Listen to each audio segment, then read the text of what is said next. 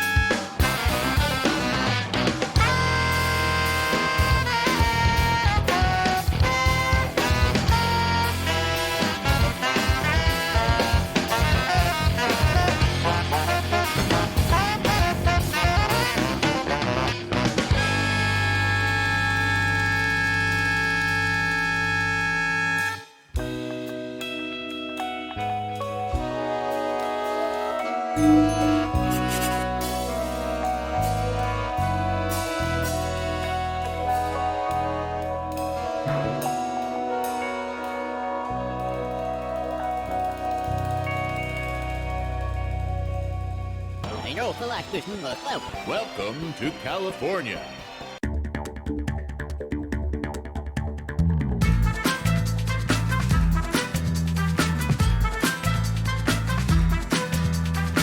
Do I know? I do not know. Should I go? I should not go. Does it flow? And will anyone understand? I'm in bed with my ideals. You should feel how good it feels. It's so good. I almost can't face the day in this world.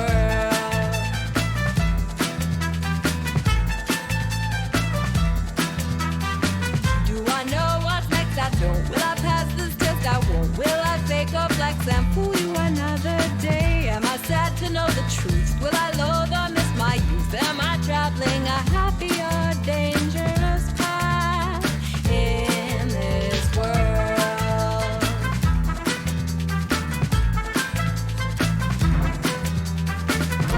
No matter what they might say, don't take it too hard, don't take it too hard. You're perfect in every way, don't take it too hard, don't take it too hard. Your weakness is on display, don't take it too hard, don't take it too hard, 'cause they're not talking to you.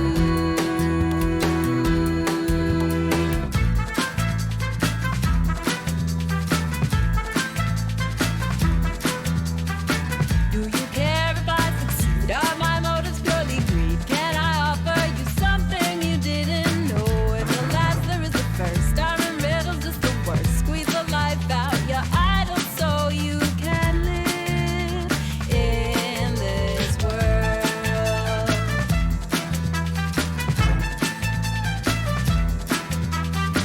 Do I know? I do not. Should I go? I should not. Does it flow? And will anyone understand? I'm in bed with my ideals. Did you feel how good it feels? So good. I almost can't face the day in this world.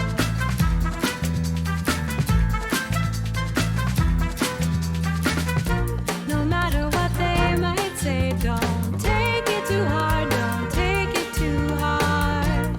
You're perfect in every way, don't take it too hard, don't take it too hard. Your weakness is on display, don't take it too hard, don't take it too hard, 'cause they're not talking to you.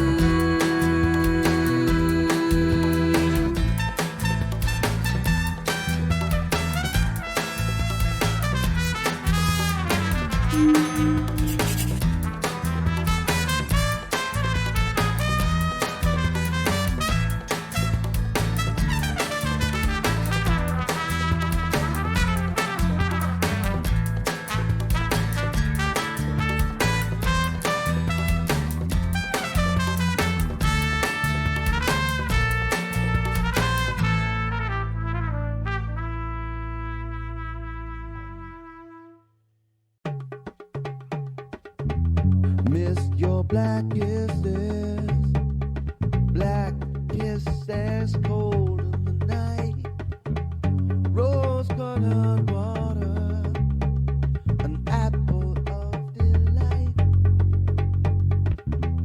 Oh, to crave my idol with a love so vital. I made you go, I made you got, and now you're gone. I made you go, I made you got, and now you're gone. Miss your blue eyes, bright in the day. All those love songs ache for what you'd say. Oh, to crave my idol, my lover, so vital. I made you go, I made you got, and now you're gone. I made you go, I made you got, and now you're gone. Play in my empty room, lonesome sounds into the night.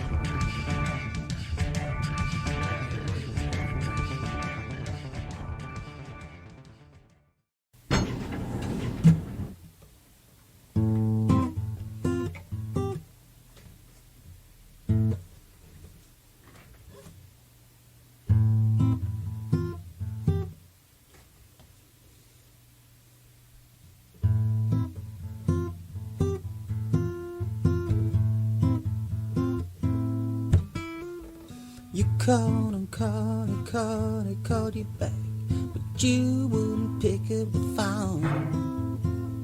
You called you back, but you pretended you weren't home. Ooh, wow, your lip, girl. Ooh, what you say? Now you're the victim and I'm the bad man, and you got control. I ain't no victim and you're no bad man, girl, just filling your home. Ooh, you got on your lip, girl. Ooh, what you say?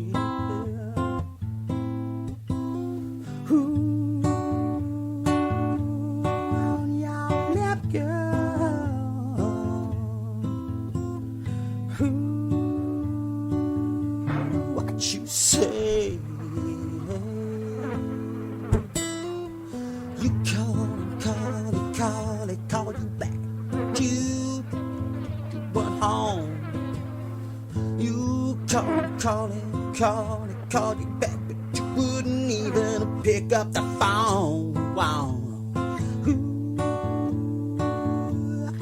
On your lip, girl.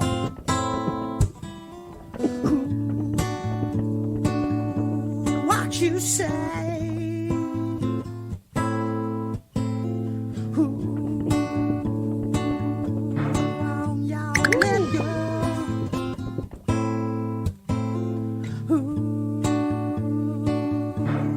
You say, hey, reality, a reality,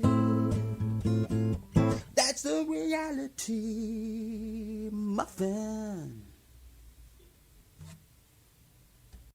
Thought about the way he took on the sea, thought about the way it all fell apart, thought about the way he took on the sea, thought about the way it all fell apart.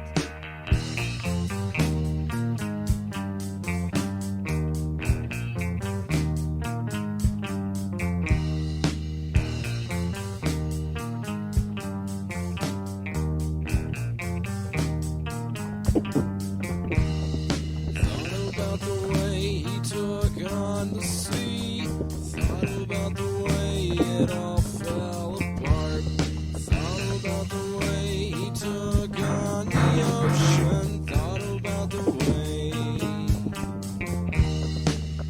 all fell apart, it all fell apart, it all fell apart, it all fell apart.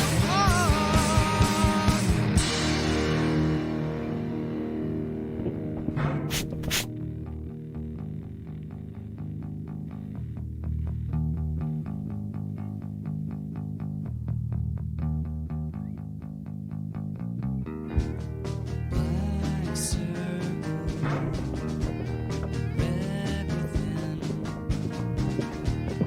Green circle, wanting. Black circle, red within. Green circle, wanting.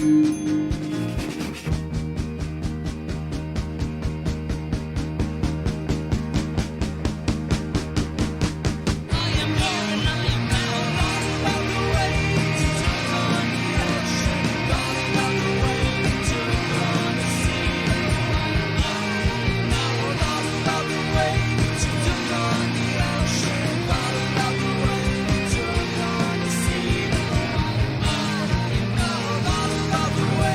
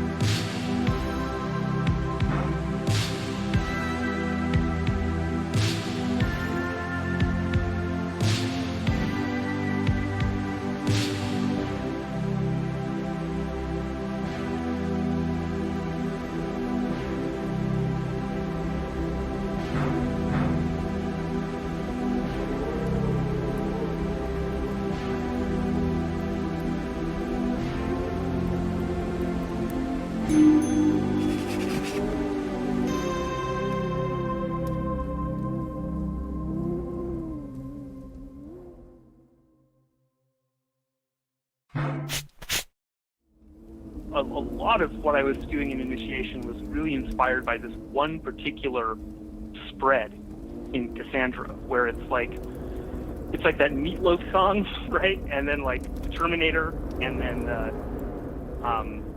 9/11, and eventually like Donnie Darko gets pulled, and it's like this tableau of stuff with these really subtle, both kind of formal visual connections, but also thematic, substantive connections between the parts. And I just never, I just never seen anything like that. It just totally captured my, it was just really like my brain was just like exploding on it. It's just like, God, there's so much that you can do with this form. Like, and it's a form that's about, I guess, transcontextuality, right? It's like multiple things at the same time, and it's, I don't know, it feeds into both a kind of, like, I wanted something that was moment to moment going to seem really kind of almost ADD, like just a ton of stuff happening, like almost to the point where it just overloads your ability to receive it. But then to embed that in like a longer form structure that has some kind of a payoff. In a sense, I don't have a tremendous amount to lose. I'm not in a profession or something where that sort of, where reputation is all that important. I'm already in a total weirdo thing, designing video synthesis modules. But yeah, I mean, it is a concern because I know, I'm acutely aware of how this looks. I was raised by psychologists, so I've got that perspective like locked in of, and I was worried about it myself. Like when I first started falling into this, I was like, yeah, this really, there are certain things that really make you say, wow, I might be developing some kind of a mental illness. Of course, that sort of gets cleared up eventually, seems like, if you can sort of find a way through it and learn to be comfortable with this kind of information dump. I hope I can integrate it all into a nice open life. It sort of sucks to feel like that you have to hide some really important part of yourself, and my artwork has always been an important part of myself, but Sync is like, it's like something that detonated in my life, basically. It's like a major thing. But I don't think I'm going to be able to completely hide it. It's going to work its way out. I was actually thinking the other day about how closely Sync follows the Jungian project. Like if you really know your Jung, everything in Sync is like, it's pretty predictable almost, because you already have in Jung an interest in transcontextual research. In his case, it was like sort of comparative religion or something, right? Looking at all these different wisdom traditions and mythologies and different pantheons and trying to see what was common about them. But it also has this precognitive element in there already from the beginning. I think there's sort of a misconception about him that like he was like a theorist who sat down and manipulated logical symbols or did some kind of left-brain thing and then developed these theories. But actually, this was a guy who had really profound personal experiences of mystical states and visions. And one of the things was he felt that he had precognitively apprehended the coming of World War I. He had these dreams that he interpreted as predicting that. And so transcontextuality, the unconscious, precognition, and synchronicity are all already related and constellated there in the Jungian system. And so it's sort of like, if we think that there can be dreams that are precognitive somehow, it's like, what are films, right? If not the collective dream of the collective consciousness. Perhaps some of those have precognitive elements. So a lot of my practice is just about doing a very basic, like, Jungian symbolic analysis of films, treating them as if they're dreams, basically. And that always yields something interesting, but in certain unique cases, you find this kind of specific content. There's something like bricklaying, the bricklayer of the Gutenberg galaxy. That's what print is. It's one word after another after another. And the cement that binds the brick is your cognitive ability, right? You need to be able to take each letter, put them into the form of a word, but it's your cognition that takes that from 5 letters into a word, into a thought. And you need to be able to do that. So, like, every child needs to, like, the Gutenberg galaxy needs to be the Gutenberg school. But much like a Masonic initiatory kind of structure, they give you the keys to your release at the end, at the higher grades, correct? Mm-hmm. So we know what the Gutenberg galaxy is. We know what it leads to if you don't have the way out. World War II, atomic insanity. But now that we have the keys to the castle, we really have to kind of structure your society based on some of those occult models, in that, you know, adulthood needs to really become a structured environment once again. I think McLuhan discusses how schizophrenia is a byproduct of print. He alludes to that in the Gutenberg Galaxy, the book. Do we feel like we have the solution or the cure for schizophrenia? And how ironic is it that he's writing a book about, like, do you know what I'm saying? Right. He's expressing the poison is the cure sometimes. You know, with the idea of medium is the message, to bring Philip K. Dick into this, I think for me it's most eloquently illustrated in The Divine Invasion, where I think Philip K. Dick is trying to communicate the concept that the Torah is a technology, that the message of the Torah expressed through Judaism or the Hebrews, through those people, that will fade away in time. But the actual construction of the Torah put into a book that can be given to another human being, it's essentially giving them a two-dimensional computer. And when you allow your brain to come into contact with the Torah, you are basically uploading a program of conscious cognitive ability. And so it's the medium, it's the structure of it, the architecture of it, that really was the most important thing there. It could have been expressed in a multitude of different... You could have taken the message in a million ways, but it was just getting a book into as many people's hands so that when a brain looked into it, you had brains all throughout the globe looking into the same computer program. So then you get your morphogenetic field, and then you have your conscious evolution, and that was what carried us out of the desert. This was the first generation of consoles where you could really, really have a fantasy with the TV, like in an interactive way. Because the Atari stuff was too simple still. But I fell into like that Sonic world as a little kid. I lived in there. It influenced the way I interact with television sets.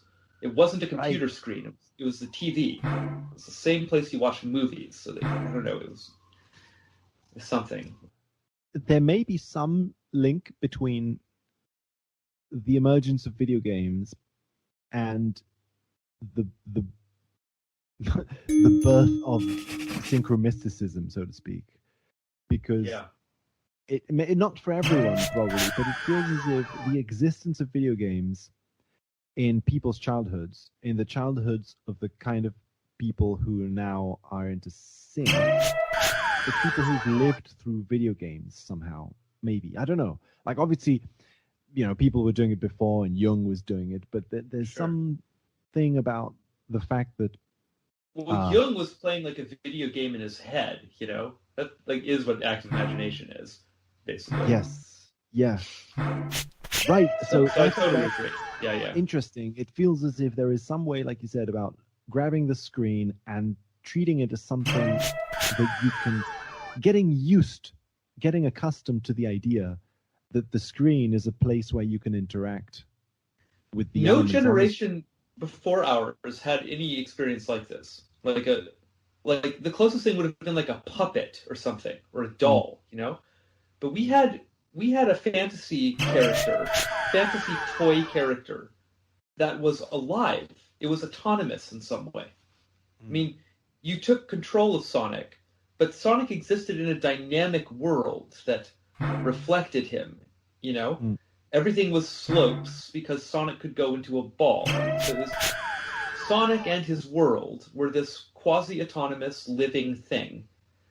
A fantasy of a sort that previously human beings could have only had in a dream state. We got to have those in a waking state with technology.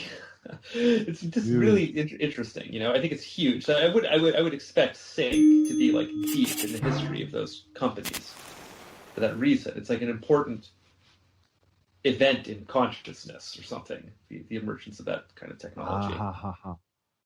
That's crazy because you just opened up, I think, like the two sort of most important like things I want to say about the movie right now. Which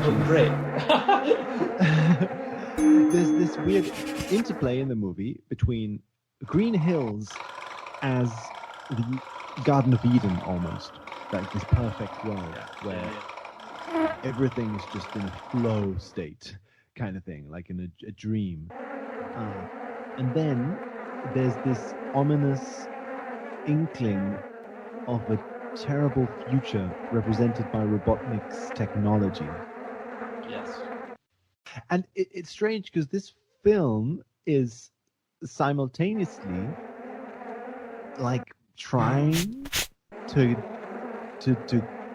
do some sort of a critique of technology. Which I thought was so neat because the games do that too with the whole like he's roboticizing the forest creatures. Like it was like an environmentalist game kind of. Oh, totally. And a bit anti-technology, which was so interesting to see that sitting on a piece of brand new, ultra sleek, hyper modern technology. Sega used it to tell you a little myth about the dangers of technology in some way. It was, you know, that was so cool. And so to see the movie continue that, but in a more considered cinematic kind of way, I thought that was a great move on their part. That's funny, yeah, I hadn't thought of that. It's the same kind of idea. And like you say, it's funny because then it's this sort of, you know, slick 2020 movie, or maybe it's 2019, I can't remember, but it's this slick sort of movie telling you about technology. But it is itself a piece of very advanced animation and special effects. Totally. Sort of, really, it is. Like I think that sequence in the piston pit, you know, is virtuosic CG stuff. Like it's very strange. So cool the way they've done it. Like Sonic moves around and you see him casting shadows and the light is shifting around on these completely stationary human figures. It's gorgeous. I love it. Yeah. No, it's very strange.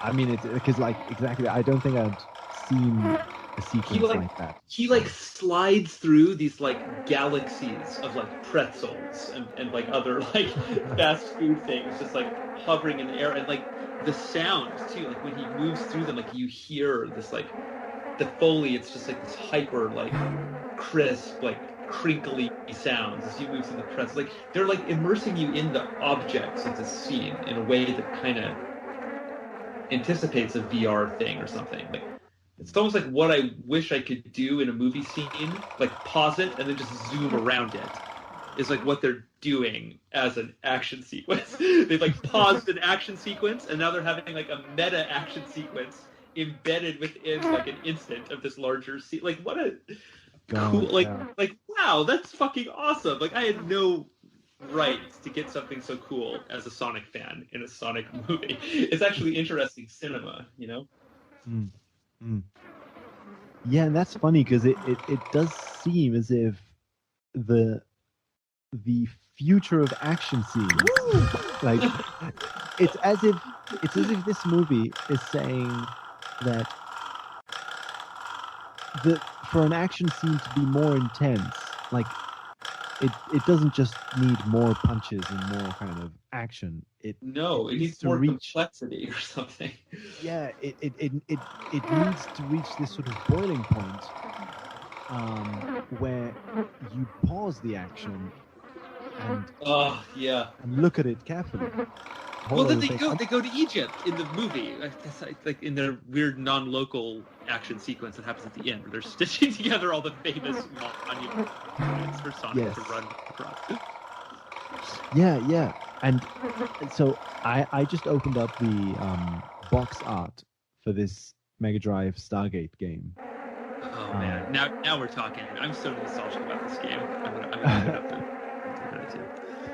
Okay, because it's literally a golden ring. Yeah. Oh shit! Oh no! Hovering over the pyramid. Yeah. It's got a really good soundtrack. I'm obsessed. Like, this is one of the soundtracks that I just listen to. Like, I'll just turn on my. So I have a Sega Nomad, just a handheld version of the Genesis, and I'll just put on a game soundtrack on it and just listen to ditchy drums in the middle of it, and it's just great. I love it. And it was a really good game, even though it's horribly challenging, and you have to play it in this weird claw position. Like, they fucked up the controls. Like, you really want to be able to run and jump, but they've separated running and jumping with shooting on the B button in the middle. So if you want to run and jump, you have to kind of do this claw-style thing to get at the A and C buttons. It gives you the ability, like, the game supports running, jumping, and shooting all at the same time. But the control scheme doesn't support it. It's like alien technology you have to use in this weird way. Our host, Andros Jones.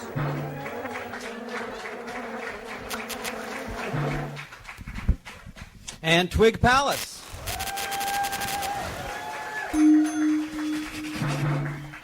Did you get a chance to meet someone you didn't know? Good. I hope that worked out well for you. Welcome back. In just a minute, we're going to have a film from Jake Xoxo.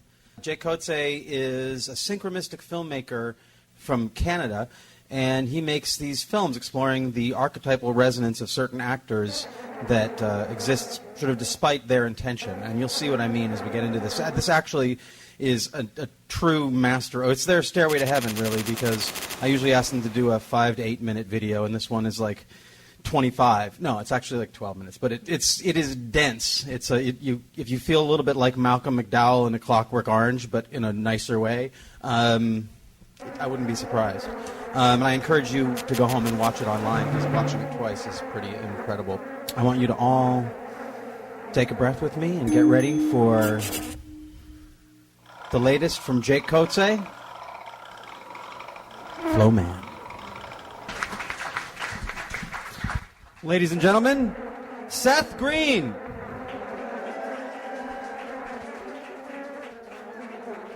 Give it up for Seth Green. Welcome to Radio 8 Ball, Seth. Thanks.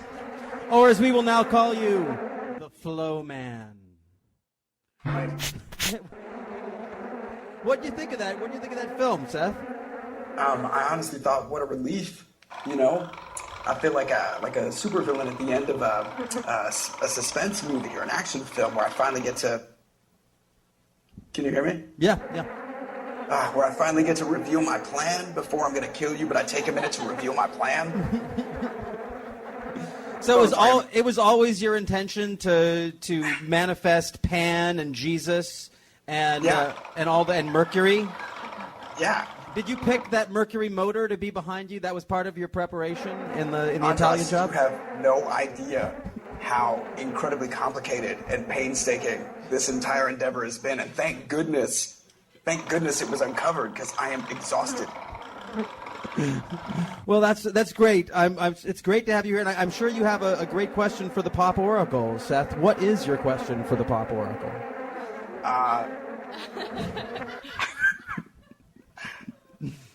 Probably didn't read my emails, did you? You must have some question that's deep in your heart that you're wondering about. I know you're on the verge of amazing things. What do you want to ask about? I mean, is it? I'm sure there's something really important that I could be asking. Oh, hey, I got it. All right, cool. Hey, is the world gonna end in 2012? Okay. Is the world going to end in 2012? I'm now going to spin the wheel of 8, and the number that is chosen will pick the song. So.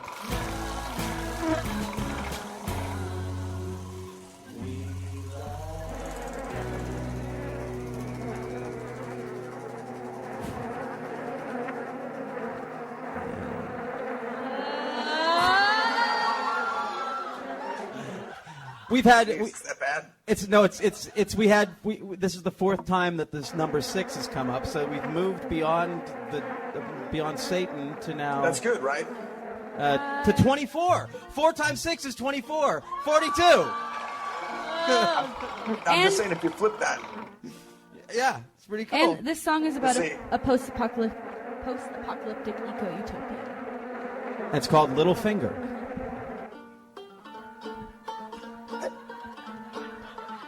It was written by my bandmate Jordan. Now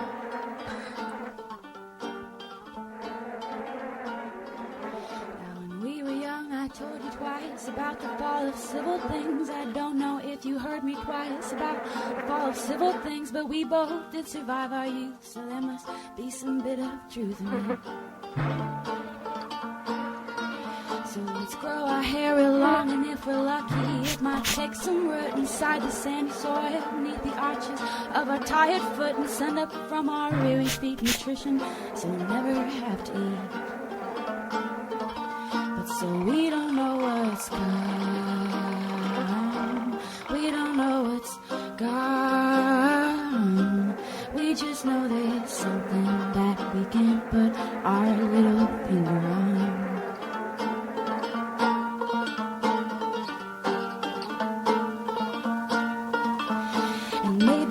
Clever dear, we'll sew together our own clothes. Now have you ever thought about constructing your own homemade clothes? Tradition, we'll throw thread upon and stitch ourselves an octagon of silk. And in this raiment we'll thus run like mutters, making a masquerade, recruiting other revelers, condensing into a parade that slips through Sunset City streets with trash bags, no tattered sheepskin. So we don't know what's gone, we don't know what's gone. We just know there's something that we can't put our little finger on. So let's blow up big balloons and send them soaring into outer space, and just before they're out of reach, grab hold, soar up into space. Who cares? For stupid oxygen will die. Just begin again from here. Second time around, we'll both be bumblebees. Now can you just imagine us two both as baby bumblebees? That crabby queen says hurry up, we'll sip from every flower cup in town. But still we don't know what's gone, we don't know what's gone. We just know there's something that we can't put our little finger on. Honey lives don't suit us, let's be killer whales instead. Now wouldn't that be super sweet if we were killer whales instead? Swimming through the seas and sounds, passing time by eating pounds of fish. Oh, water, yeah dear, let's be water, simple polar molecules. We'll bounce around and bond with other simple polar molecules. We'll interact by seeming chance and bond, and the atomic ain't so sweet. But so we don't know what's gone, we don't know what's gone. We just know there's something that we can't put our little finger on. Our little finger on.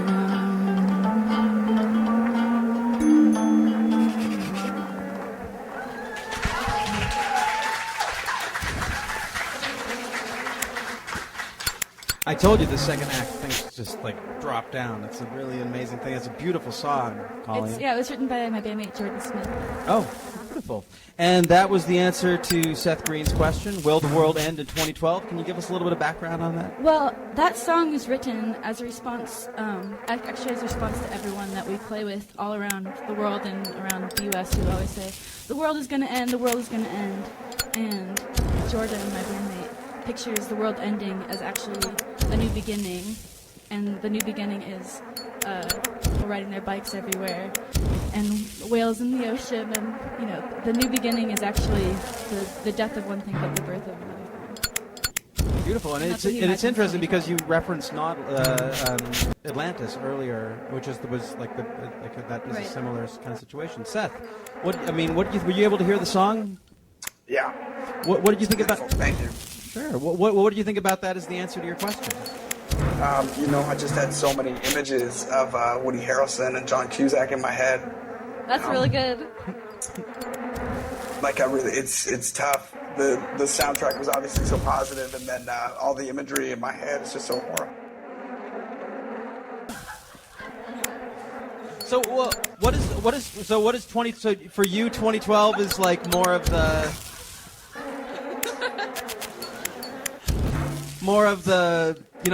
the media, like the media spin on it. When you think of 2012, what do you think of? Because I know you're a very life affirming person. But when you think of 2012, I mean that's 2 years away. Yeah. So live it up, basically. I mean, just in case, right? Exactly.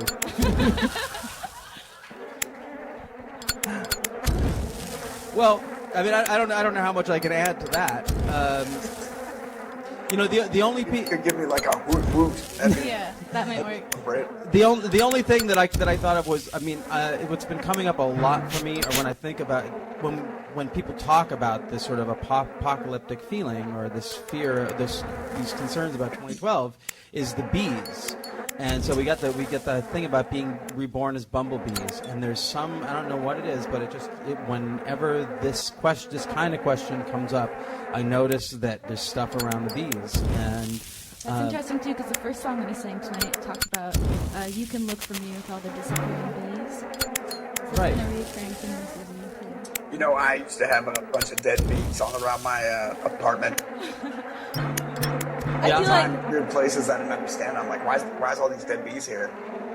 You know why it is? It's because of what that film was getting into, because of the Pan, Mercury, Jesus thing. You're like a wormhole Stargate to planet Jupiter, and so the bees are like giving up their corporeal bodies and like passing through you as a spirit door. Huh.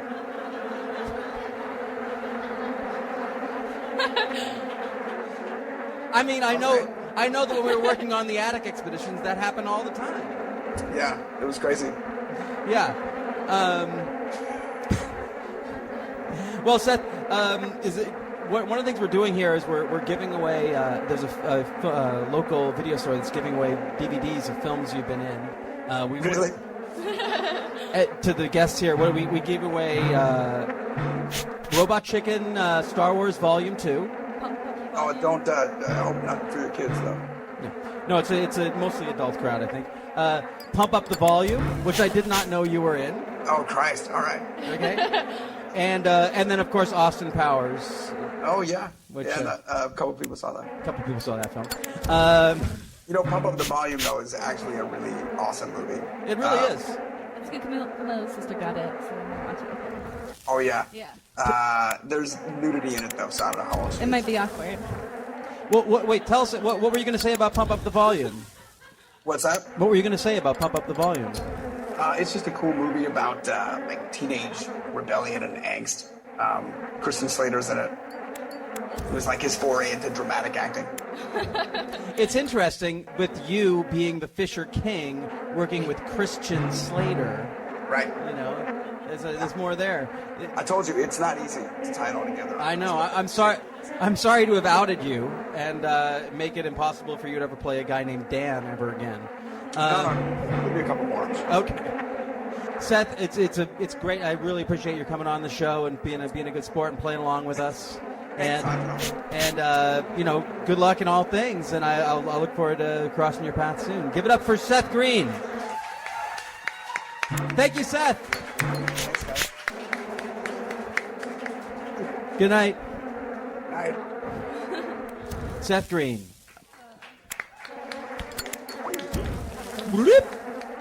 That's a sign of our celebrity going back into the celebrity world.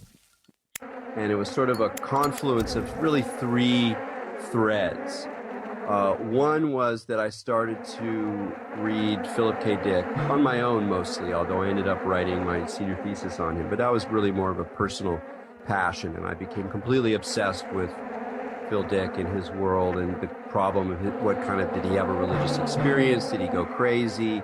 The mixture of Gnosticism and technology and all this, it really resonated with me really very deeply and still does. That was one thing.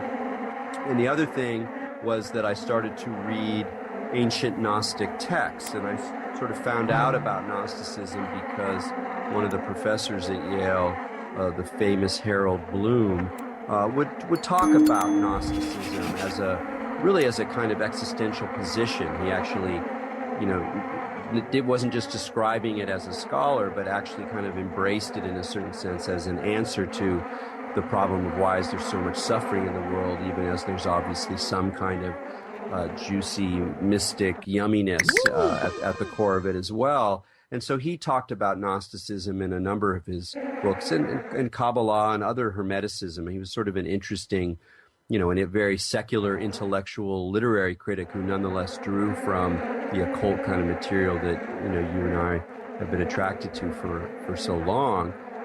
So that kind of got me interested, and I started to read the primary sources because they're not that long, they're kind of interesting. And then the third element was really a kind of a way of thinking intellectually and philosophically about technology and the problem of technology, and how do we think about it, and particularly ideas of simulation and the simulacra. There was a very famous French theoretician in the 80s and 90s who was very popular, Jean Baudrillard. He was really full on. He was saying, no, reality is over. It's all about simulation now. There's no copies anymore. It's just, everything is just a model of something that doesn't actually exist. And we've shifted into this new world that's sort of no longer real. It's hyper real, and kind of that crazy French overthinking in a way. But it was very sci-fi, it really triggered that kind of science fictional, sort of bleak, existential, but also fascinated attempt to really look at technology as something that was not just adding to human capacity or changing human culture, but was in some sense transforming the very fabric of what reality was or feels like or acts as part of human experience. And so these three things, a kind of ancient impulse that there was something profound within Gnosticism, this kind of heretical response to the kinds of moments we see with Christianity or with Judaism, but something more paranoid, more critical, more strange, and then triangulating that with contemporary ideas about technology, how it's changing consciousness, how it's changing culture, how it's changing politics, and then that really all refracted through Philip K. Dick's work.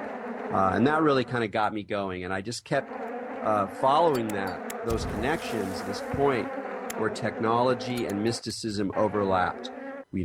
Every story that we take, even the most rational stories, the most hard-edged scientific descriptions of reality, once those are things that we kind of take on as ways to live or as ways to understand the world, they tend to take on these sort of more mythological, psychological, and in some cases spiritual and religious overtones, even if we think we're just doing science or just being rational people.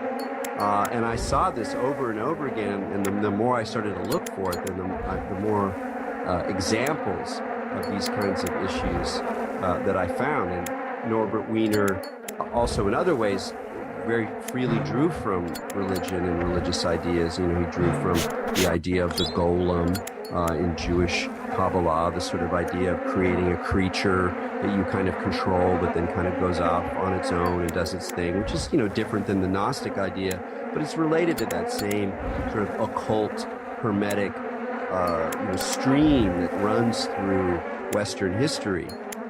that in some ways technology and science, and especially really cutting edge ideas, really come out of. And so I think in a lot of ways, both consciously and unconsciously, a lot of technologists and scientists were weirdly treading on these older, kind of more mythic or even sort of mystical territories.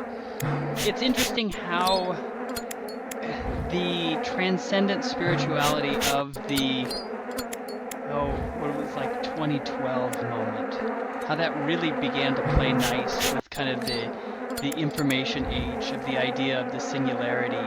It seemed like there was this moment where we thought we could really upload our consciousness and be rid of our bodies altogether. And it was really strange how it seemed like it was these two different factions that somehow were on to the same idea. But I don't. It's strange because that moment has kind of passed, and I don't know that I feel that same intensity anymore. No, I don't think so. I think in a lot of ways these stories worked better when there was still a sense of kind of. I mean, I just think that the reality of matter, the reality of the earth, the reality of our limitations, of violence, of the environmental crisis, of overpopulation. There's a sense of kind of the material limits of things that keep some of these more expansive, mystical features a little bit, more in check, maybe than they used to be. I mean, at the same time, when societies begin to break down, that you also see kind of millennialism and crazy apocalyptic ideas, and I'm sure we're not done with these kinds of ideas, whether they manifest themselves in cults or cult suicides or crazy things like that. But it does seem that it's going to be, I think, on the one hand, probably a little while before we see something as widespread as 2012. That said, who knows what it's going to feel like when we have virtual reality and augmented reality, integrated into our ordinary experience of the world, and the kinds of, ways that we know that individuals can get into, let's say, gaming worlds or multiplayer online games or whatever, the different ways that people can already start to live multiple lives in some sense, multiple worlds, when more of that is generalized, and there's artificial intelligences, or at least apparently artificial intelligences that are making decisions in society, that there's going to be a lot of room for a lot of weird stuff. So I don't think we're done with the consequences of these things, but 2012 was a unique moment where a singularitarian kind of techno-futuristic discourse overlapped with this strange, archaic, apocalyptic idea that Terence McKenna, in his alternately brilliant and peculiar way, was able to kind of generate in a lot of ways. And I think that, I've kind of always had a problem with that kind of brand of Gnosticism that really devalues the flesh, and I think this is one of the reasons why Jeffrey Kripal's work spoke so loudly to me, because his is a real embodied spirituality. So the more ensouled you are, the more embodied you are on some level, and I really, that kind of is the direction that this show took, to explore the idea of a really embodied spirituality. Yeah, I agree with that very much. I mean, my own spiritual life has involved a lot of meditation, but a lot of my meditation has been very, very embodied. It's very much about my body and very much about perception. And I feel like in many ways, now that I've been doing this stuff for decades, the way that its fruits manifest is not in some idea about the afterlife or the higher realms or some really special occult experiences. I mean, I've had some things like that, but that's not really what stays with me. Where I really feel sort of sprightly in the world is just being an embodied being having perceptual experiences and interfacing with things and people and places and weather and smells and animals and my own changing body. And so it's, even though I've been fascinated by Gnosticism and particularly about the kind of conspiratorial side of Gnosticism, the idea that the world you know isn't the real world, and in fact they're pulling one over on you, that kind of extra twist, which is really there in ancient Gnosticism. I mean, we think about conspiracy theory as being kind of a contemporary mode, and in many ways it is related to the problems of modernity and over the last couple hundred years, in its, in the form that we're familiar with. But if you go back and you look at ancient Gnostic texts, they really are saying, like, yeah, that guy, Genesis, with